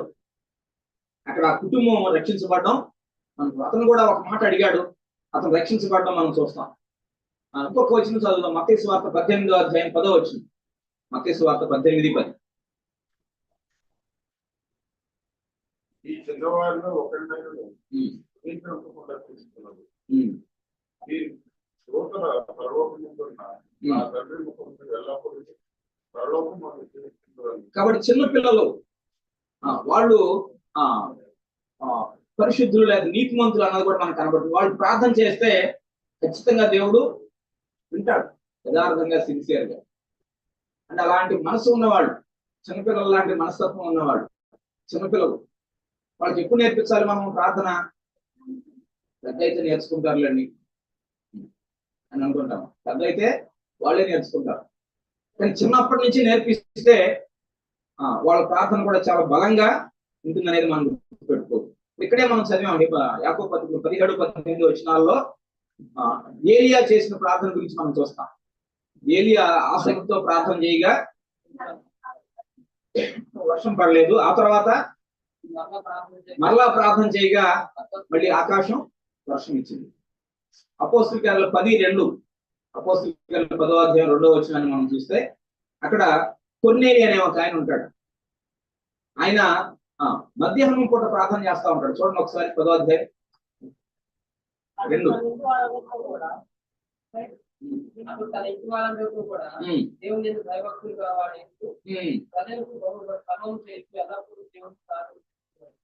తన ఇంటి వారందరితో కూడా భయభక్తులు కలిగి ఉండి ప్రార్థన చేస్తా ఉన్నాడు. అందుకనే పేతురుని దేవుడు అక్కడికి పంపించి అతని ఇంటికి రక్షణ సువార్త, అతనికే కాకుండా అతని బంధువులు స్నేహితులు చాలా మంది వచ్చారు, వాళ్ళు కూడా రక్షించబడ్డారు. కాబట్టి అతను బహు ధర్మం చేసేవాడు, నీతిమంతుడిగా ఉన్నాడు. అతను ప్రార్థన చేస్తున్నాడు కాబట్టి దేవుడు ఆ ప్రార్థన ఆలోచించాడు. కాబట్టి యథార్థంగా దేవుని సన్నిధిలో కనుక మనం ప్రార్థన చేస్తే దేవుడు ఖచ్చితంగా మనకి తెలియని విషయాలు కూడా తెలియజేస్తాడు.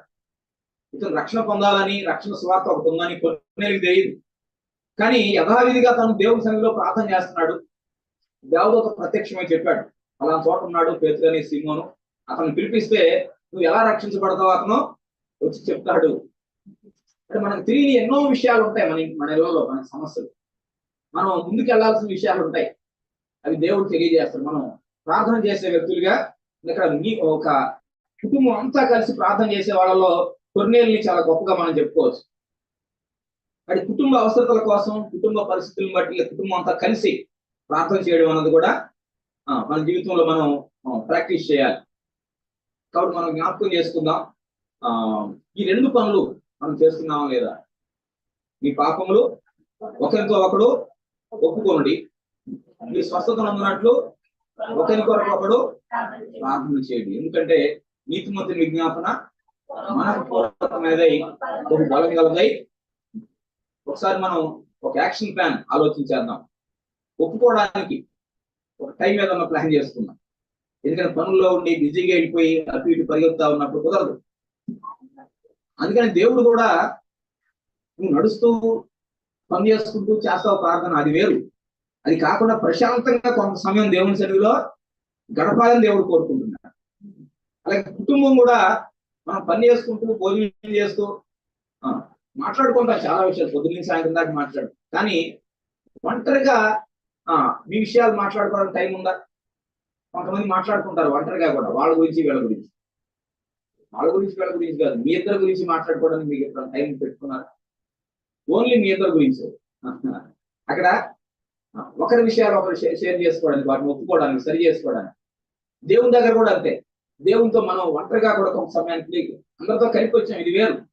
కానీ ఒంటరిగా కొంత సమయం, అలాగే కుటుంబ సభ్యులు కూడా ఒంటరిగా కొంత సమయాన్ని గడపడం నేర్చుకోవాలి. అప్పుడు చాలా విషయాలు క్లియర్ అవుతాయి, చాలా విషయాలు క్లారిఫై అవుతాయి. కొంతమంది లవర్స్ గంటలు రోజులు గడుపుతారట ఒంటరిగా. ఒకరినొకరు బాగా అర్థం చేసుకుంటారు. ఎంత బాగా అర్థం చేసుకున్నారంటే వీళ్ళిద్దరు కుటుంబాల్లో ఎన్ని సమస్యలు వచ్చినా అన్నిటిని ఎదిరించి మరి పెళ్లి చేసుకుంటారు. ఆ తర్వాత ఒంటరిగా మాట్లాడుకోవడం అనేది ఉండదు. ఇక గొడవలే మొదలు. ఇంకా స్టార్ట్. అంతకుముందు జరిగినట్టు ఇప్పుడు కూడా జరిగితే ఇద్దరు ఒంటరిగా కూర్చొని మాట్లాడుకుని అట్లెందుకు జరిగింది ఫ్రీగా ఎదుటోడు చేసిన తప్పుల గురించి చెప్పడం, వాళ్ళు చేసిన తప్పులు వీళ్ళు చెప్పడం, ఒప్పుకోవడం, అండ్ సారీ తప్పు అయిపోయింది అని చెప్పడం, అవి కంటిన్యూ అవుతా ఉంటే కొనసాగుతూ ఉంటది వాళ్ళ జీవితం. ఎన్ని ఆటంకాలు వచ్చినా బయట ఆటంకాలు ఏం చేయలేవండి. గుర్తుపెట్టు, మన కుటుంబానికి ఎవరు శత్రువులు అంటే ఫలానా వాళ్ళు వీళ్ళు ఏదో చెప్తున్నాం, ఎవరు కాదు, మనమే కలిసి మాట్లాడుకుంటే మన కుటుంబం సాల్వ్ చేసుకోలేని సమస్య అంటే ఏది? దేవుడి సన్నిధిలో మనం ప్రార్థనాపూర్వకంగా కూర్చుంటే ఎంత లావు సమస్య అయినా పరిష్కారం అవుతుంది. పరిష్కారం దొరకపోవడానికి ఒకటి ఏంటంటే మనం విడిగా మాట్లాడుకోవడానికి మనకు టైం లేదు. ఒకవేళ కూర్చుని ఏదైనా మాట్లాడుకోవడం మొదలు పెట్టినా ఫలానా వాళ్ళ గురించి వీళ్ళ గురించి, అంతే తప్ప మన ఇద్దరి గురించి, మన ముగ్గురు గురించి, మన నలుగురు గురించి మాట్లాడుకునేవాడు ఎంతమంది? ఏం ఆలోచించాలి దాని విషయం. మనకు అలాంటి కొంత సమయాన్ని అలాగే డైలీ కొంత సమయం కలిసి ప్రార్థన చేయడానికి, అంటే ఒప్పుకోవడానికి, ఆలోచించుకోవడానికి, దాంతో పాటుగా కలిసి ప్రార్థన చేయడానికి కూడా ఒక 10 నిమిషాలైనా చాలు. ముందు అది ప్రారంభంగా బాగుంటుంది. ఎంత తక్కువ టైం అయినా అనేది కాదు, కలిసి ఓపెన్ గా ప్రార్థన చేయగలుగుతుంది. కలిసి ప్రార్థన చేస్తారు కొంతమంది, కానీ వాళ్ళ మనసులో భావాలు అట్లాగే ఫ్రీగా ప్రార్థన చేయడం అనేది ఉండదు. అంటే దాన్ని వేషధారణతో, కప్పంతోనే ఉంటుంది. అది కూడా ఉపయోగమే ఉంది దానివల్ల. అంటే ముందు ఒప్పుకోవాల్సింది జరగలేదు అనమాట. అందుకనే ప్రార్థన కూడా ఇష్టపూర్వకంగా చేయరు. సో వేరే వాళ్ళతో ప్రార్థన చేసినప్పుడు ఇష్టపూర్వకంగా పూర్తి మనసుతో చేస్తారు. కానీ భార్యతో, భర్తతో, పిల్లలతో చేసినప్పుడు మాత్రం ఇష్టం లేకుండా ఏదో చేయాలి కాబట్టి, కుటుంబ ప్రార్థన చేసుకోవాలి కాబట్టి, అందుకనే మన సమస్యలు పెద్దవి అయిపోతా ఉంటాయి. తిరిగి కొత్త సమస్యలు వచ్చి పడతా ఉంటాయి. ముందు సాల్వ్ చేసుకోవాలంటే ఇది మన వల్ల కాదు. ఏదో చాలా సమస్య నష్టంలోకి వెళ్ళిపోతాం. తర్వాత ఇంకొకటి అంటే ఒకటి ఒప్పుకోవడం, రెండోది ఒకరు కలిసి కుటుంబంలో ప్రార్థన చేయడం, మూడోది కుటుంబంలో ఒకరినొకరు ఆశీర్వదించడం. అది శాపాలు పెట్టుకుంటాంలే, కానీ శాపాల గురించి కాదు నేను చెప్పేది, ఆశీర్వదించడం. ఒకసారి సంఖ్యాకాండం 6వ అధ్యాయం 24-25 వచ్చిన చదువుదాం. మనం ముగించుకుందాం, చివరికి వచ్చేసాం. సంఖ్యాకాండం 6వ అధ్యాయం 24-25 వచ్చిన అక్కడ ఎలా ఆశీర్వదించాలో చెప్తున్నాడు. యెహోవా నిన్ను ఆశీర్వదించి నిన్ను కాపాడును గాక. యెహోవా నీకు తన సన్నిధి కాంతిని ప్రకాశింపజేసి నిన్ను కరుణించును గాక. యెహోవా నీ మీద తన సన్నిధి కాంతిని ఉదయింపజేసి నీకు సమాధానము కలుగజేయును గాక.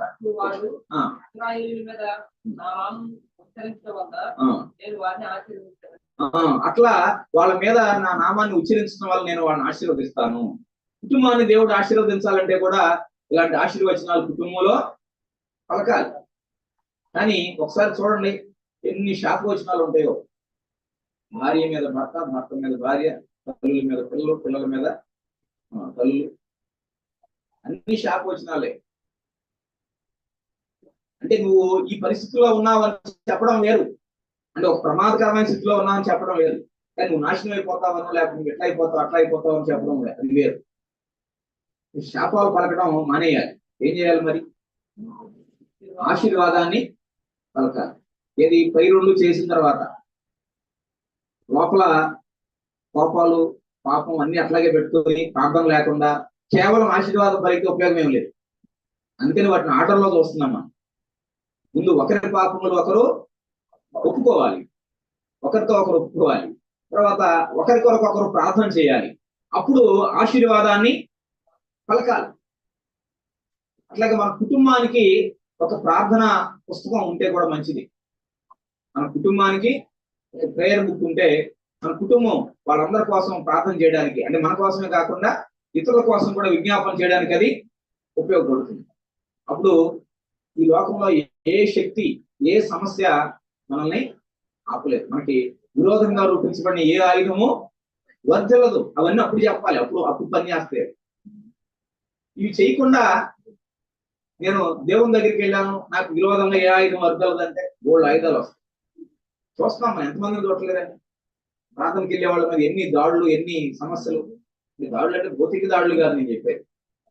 ఎన్నో సమస్యల్లో చిక్కుబడిపోయి ఎందుకు ఇంకా బాధల్లో కష్టాల్లో ఉన్నారంటే ఈ రెండు పనులు మనం చేయటంలా. మనం చేయాల్సింది దేవుడు మనకు చెప్పాడు, దానికి విధేయత చూపించడం లేదు. దేవుని మార్గాన్ని వదిలేసి మన సొంత మార్గంలో వెళ్ళిపోవడానికి మనం ఇష్టపడుతుంది. దేవుని మార్గం ఒకటి ఉంది, మన సొంత మార్గం. దేవుని మార్గం ఏంటి? ఆశీర్వాదానికి. మీ పాపములు ఒకరితో ఒకడు ఒప్పుకొనుడి, మీరు స్వస్థత పొందినట్లు ఒకరి కొరకు ఒకడు ప్రార్థన చేయుడి, నీతిమంతుని విజ్ఞాపన మనఃపూర్వకమైనదై బలము గలదై. ఇది దేవుని ప్రిన్సిపుల్. మన ప్రిన్సిపుల్ ఏంటి? నీ పాపాలు తప్పు వేసుకో, చెప్పకో, నీకోసమే ప్రార్థన చేసుకో, ఒంటరిగా చేసుకో, కలిసి చేయొద్దు కుటుంబంలో. ఇట్లాంటివి అనమాట మన సొంత ప్రిన్సిపల్స్. అంటే ఇద్దరు దేవుని గురించి మాట్లాడేవాళ్లే, కానీ కుటుంబానికి ఆశీర్వాదం బదులు శాపం వస్తుంది. మనం ఒకసారి ఆలోచించేద్దాం. ముందుగా దేవుని సన్నిధిలో మనం పశ్చాత్తాపడదాం, ఆయన సన్నిధిలో ఒప్పుకుందాం, సరి చేసుకుందాం. ప్రభు, మేము నువ్వు ఇచ్చే నిజమైన నెమ్మది, ఆ విశ్రాంతి మేము అనుభవించాలి. నా దగ్గరికి రండి, నేను మీకు విశ్రాంతిని ఇస్తానని చెప్పాడు. వచ్చాం, కానీ విశ్రాంతి లేకుండానే బ్రతుకుతున్నాం. అయితే ఈరోజు ఈ పని చేయడానికి మనం నిర్ణయించుకుంటే 5:16 యాకోబు పత్రిక 5:16 పూర్తిగా ఆచరించడానికి కనుక మనం ఇష్టపడితే ప్రభు దగ్గర పొందే నెమ్మది, ఆ విశ్రాంతి మనం నిజంగా పొందుతాం. అప్పుడు ఇతరులకు చెప్పగలుగుతాం, యేసు ప్రభువులో విశ్రాంతి ఉంది, ప్రయాసపడి భారం మోసుకొని దినలారని అప్పుడు పిలుస్తాం. పిలిస్తే ఉపయోగం ఏం లేదు. మనం ఆ విశ్రాంతిని పొందాలి. అలా పొందడానికి దేవుడు మనకు అందరికీ సహాయం చేయండి కాక. మనం తలలో వచ్చి ప్రార్థన చేసుకుందాం. మనం మోకరించగలిగే వాళ్ళందరూ మోకరిద్దాం. మోకరించడానికి కుదరని వాళ్ళు మీరు అలాగే ప్రార్థన చేయొచ్చు. తలలో వచ్చి కళ్ళు మూసుకుని ఒక్క నిమిషం మన హృదయాలను ఆలోచన చేసుకుందాం, పరీక్ష చేసుకుందాం. ఎన్ని కోపాలు, ఎన్ని భావావేశాలు మన హృదయాల్లో ఉండిపోయితే, ఎంతమంది మీద ద్వేషం, మన మీద ఎంతమందికి ద్వేషం, మన కుటుంబ సభ్యుల్లో ఒకరి మీద ఒకరికి ఉన్న భేదాభిప్రాయాలు సరిచేయబడ్డాయి. అవి ఒకసారి చెక్ చేసుకున్నాం. ప్రభు నమ్ముకుని ఎంతకాలం అయింది, ఎందుకు మనకు నెమ్మది లేదు? దేవుని దగ్గర పశ్చాత్తాపడదాం. ప్రభు నన్ను క్షమించయ్యా, మెత్తని హృదయాన్ని నాకు ఇవ్వండి ప్రభా. నా కుటుంబం ఒకరి పాపాలు ఒకరు ఒప్పుకోవడానికి, ఒకరి కొరకు ఒకరు ప్రార్థన చేయడానికి అలాంటి మంచి వాతావరణాన్ని ముప్పై చేయండి ప్రభా.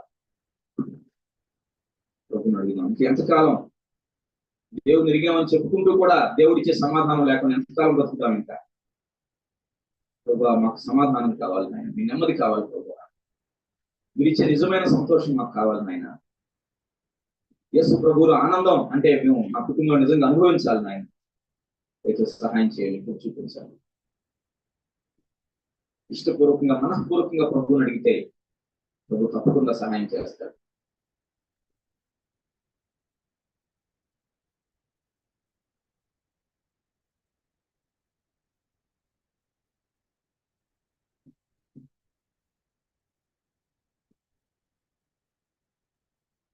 మాటలు మనందరిలో ఫలించేటట్టు ప్రేరేపించుకున్న ఎవరైనా ప్రార్థన చేద్దాం. మనందరి కోసం గట్టిగా ప్రార్థన చేయండి. మిగిలిన వాడు